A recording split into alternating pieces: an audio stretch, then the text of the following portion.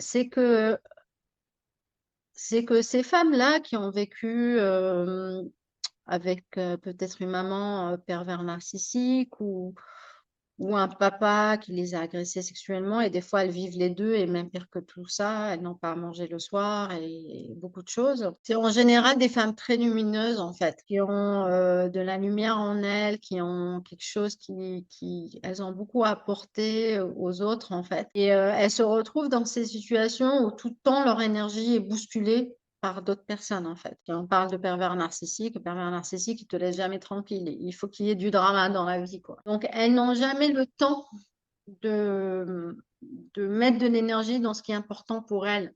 Leur Mm. travail, jouer de la musique, dessiner, peindre. Il y a toujours une histoire, un drama qui vient dans leur vie qui les empêche d'aller vers ça. Et ce qui se passe quand on est dans l'âge de ménopause où tout ça va remonter et on se retrouve, des fois certaines femmes se retrouvent seules en fait.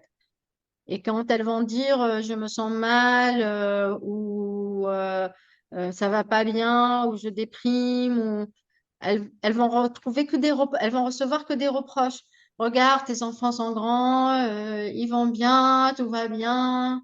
Euh, C'est-à-dire, on va tout le temps minimiser en fait. Et Mm. les gens ne comprennent pas que ce sont des mécanismes inconscients ce qui se passe. Mm. C'est-à-dire, ce qui se passe, c'est quand les traumas remontent et on est en stress post-traumatique, et ça peut être une période où on est un peu en stress post-traumatique, bah, la personne n'a pas la main sur rien du tout en fait.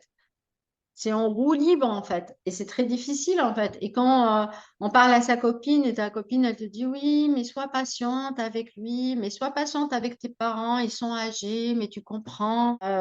Chez nous en arabe, on dit wasabelek. Élargis ton bel, ton Ah, esprit. ouvre tes Ouvre. chakras. Mais il ne s'agit pas de ça, en fait. Il s'agit de Mm. mécanismes inconscients. Et j'espère que les personnes qui nous ont suivis aujourd'hui ont vraiment compris que c'était inconscient, qu'on n'a pas la main dessus. Quand une maman, aujourd'hui, il y a une maman qui m'a parlé, qui me disait qu'à son accouchement, elle a eu des touchés vaginaux par une sage-femme qui ne sont pas consentis et qu'elle a fait une dépression postpartum à cause de ça. Et que son mari lui dit, mais regarde, tu vas bien, ta fille, elle va bien.